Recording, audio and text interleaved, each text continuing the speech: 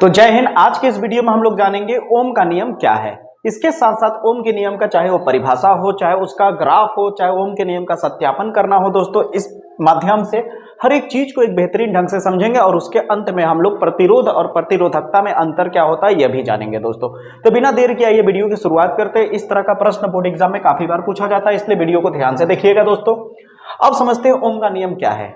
तो ओम ने अपने नियम में क्या कहा, देखिए हम डेफिनेशन को रटाएंगे नहीं, आराम से समझाएंगे, ध्यान से समझिएगा।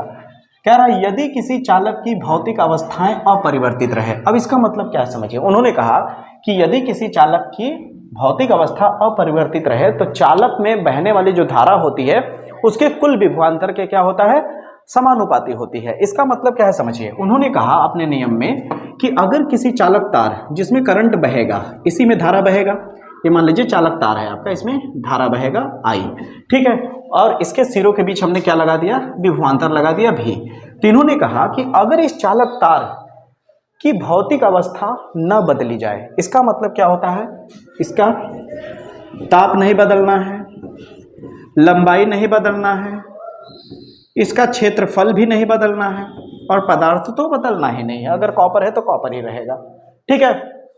वो कह रहे हैं कि अगर किसी चालक तार की भौतिक अवस्था में कोई चेंजेस न किया जाए, यानी कोई बदलाव न किया जाए, तो इसमें जो बहने वाली धारा है और इस पर उत्पन्न विभवांतर के क्या होता है, समानुपाती होता है, ये कहना चाह रहे हैं। यानी समानुपाती का मतलब क्या होता है ये भी समझ लीजिए।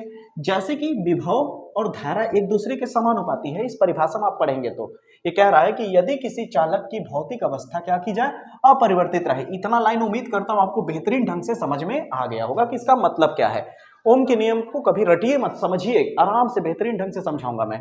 कह रहा है यदि किसी चालक तार की भौतिक अवस्था अपरिवर्तित रहे, ठीक है, तो इसमें बहने वाली जो धारा है और इस पर सिरों पर उत्पन्न विभवांतर, ये दोनों एक दूसरे के क्या होता है, समानुपाती होता है। इसका मतलब क्या होता है समानुपाती का मतलब समझिए कि उन्होंने कहा कि अगर विभव का मान बढ़ेगा, यानी वोल्टेज बढ़ाओगे तो धारा भी बढ़ेगा, वोल्टेज और बढ़ाओगे तो करंट और बढ़ जाएगा, वोल्टेज और बढ़ाओगे तो करंट और बढ़ जाएगा। यही कहने का मतलब है उनका, यही बताना चाह रहे हैं अपने नियम में कि ये दोनों एक दूसरे के समानुपाती होता है। अगर इसका मान थोड़ा सा घटा दोगे तो ये भी थोड़ा घट जाएगा, इसको घटाओगे तो ये भी थोड़ा घट जाएगा, ये भी घटाओगे तो ये और थोड़ा घट जाएगा।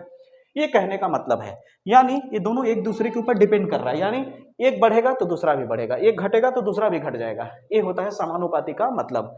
अनुक्रमानुपाती इसका उल्टा होता है, एक बढ़ेगा तो दूसरा घटेगा, जस्ट उल्टा काम करते हैं लोग, ठीक है। तो समानुपाती शब्द का मतलब समझ में आ गया होगा, मेन तो यही है ना, ठीक है। तो परिभाषा उम्मीद करता हूं आपको समझ में आ रहा होगा। ये क्या कह रहे हैं अपने नियम में, ये कहना चाह रहे हैं कि अगर किसी चालक की भौतिक अवस्था में कोई चेंजेस न किया जाए तो यहाँ का जो विभवांतर है और जो धारा है एक दूसरे के क्या है, डायरेक्टली प्रोपोर्शनल है, क्या है, समानुपाती है। क्या इतना समझ आया दोस्तों? बिल्कुल आपको अच्छे से समझ में आ गया होगा। आगे बढ़ते हैं। अब दोस्तों यहां से भी लिखते हैं, ये डायरेक्टली प्रोपोर्शनल का जब सिंबल यहां से चिन्ह हटेगा तो बराबर का चिन्ह आ जाएगा। क्या आ जाएगा? बराबर का चिन्ह आ जाएगा, और यहां पे एक नया कांस्टेंट वैल्यू आ जाएगा जिसे आर कहते हैं हम लोग, ठीक है, जिसे आप हिंदी में आर को प्रतिरोध कहते हैं। आर को क्या कहते हैं दोस्तों? प्रतिरोध। क्या होता है प्रतिरोध वो भी बताऊंगा मैं, ठीक है। ध्यान से देखते रहिएगा वीडियो पसंद आए तो जरूर शेयर करिएगा।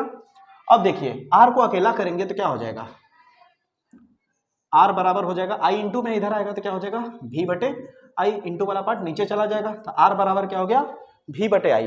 अब उन्होंने इस पे एक ग्राफ चेक किया, देखिए ध्यान से समझिए।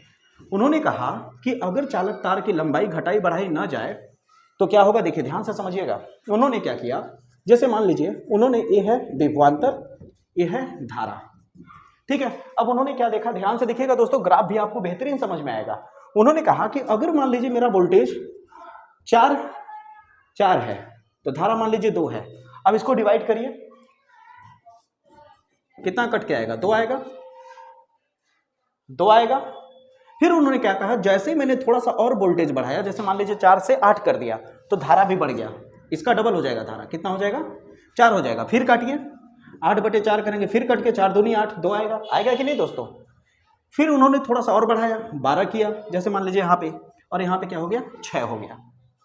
समझिए जैसे ये कर रहे हैं, अगर रेशियो देखिए तो हर बार सेम आ रहा है, समान अनुपात में, इसीलिए उसका नाम है समानुपाती है। समान अनुपात में बढ़ रहा है। अगर विभव थोड़ा बढ़ रहा है तो ये भी बढ़ रहा है, लेकिन समान अनुपात में। समानुपाती, समान अनुपाती, देखिए समानुपाती, समानुपाती का मतलब होता है समान अनुपात में बढ़ना। एक वैल्यू जितना बढ़ रहा है ये भी बढ़ रहा है, लेकिन जब रेशियो निकालें तो हर बार एक जैसा आएगा। ठीक है, जैसे देखिए हर बार चेंजेस हो रहा है कि नहीं, विभव थोड़ा सा और बढ़ा है, धारा और बढ़ गया, विभव और बढ़ा है, धारा और बढ़ गया, विभव और बढ़ा है, धारा और बढ़ गया, बढ़ा कि नहीं।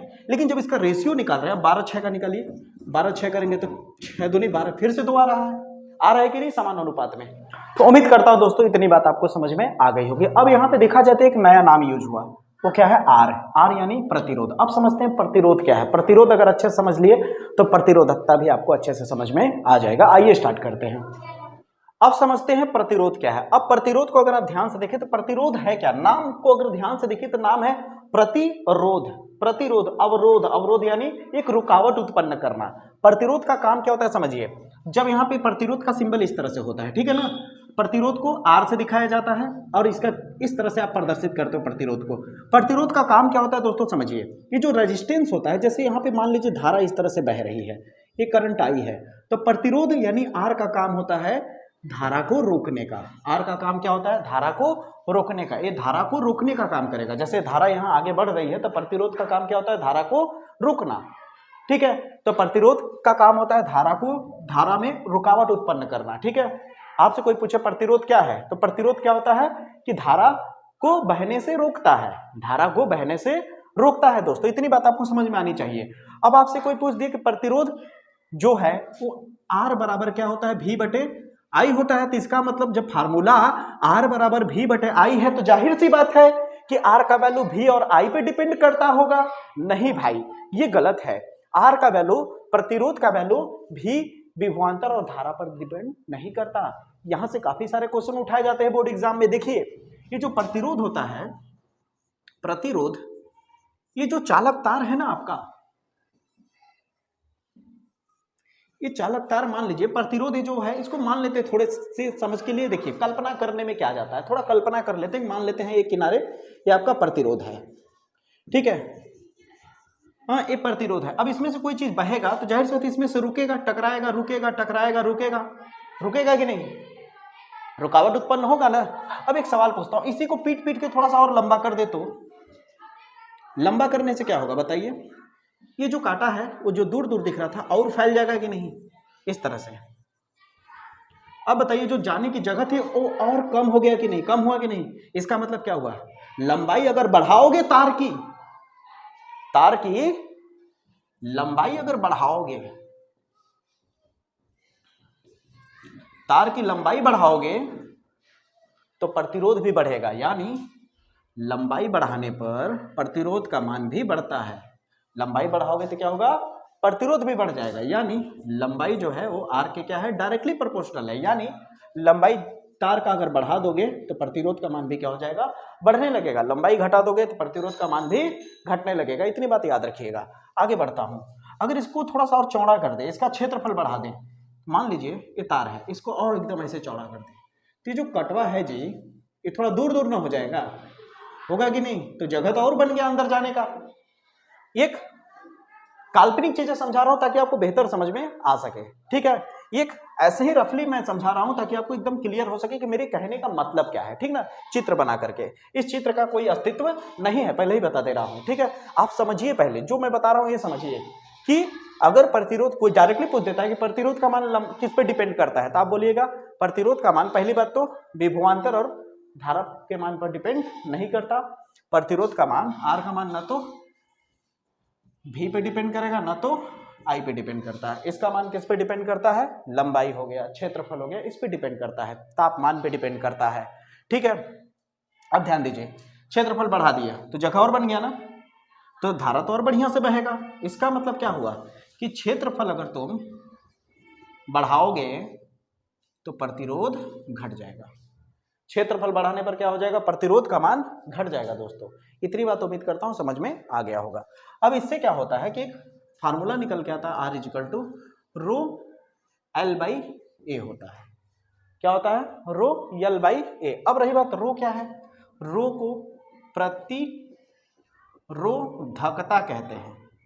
क्या कहते हैं, रो को प्रतिरोधकता कहते हैं। अब रो प्रतिरोधकता जो होता है, ध्यान से समझिएगा, आर तो पता चली गया कि लंबाई और क्षेत्रफल पे डिपेंड करता है, पदार्थ की मात्रा पे भी डिपेंड करता है, याद रखिएगा। अगर आप कॉपर का लिए हो फिर एक बार एल्युमिनियम लिए हो तो दोनों में अलग अलग रहेगा, नहीं भलाई लंबाई सेम है, क्षेत्रफल सेम है, लेकिन अगर तुमने मटेरियल अलग लिया है, एक तरफ कॉपर एक तरफ एल्युमिनियम है, तो जाहिर सी बात है दोनों की प्रतिरोध अलग अलग होगी। ठीक है, अब आगे बढ़ते हैं।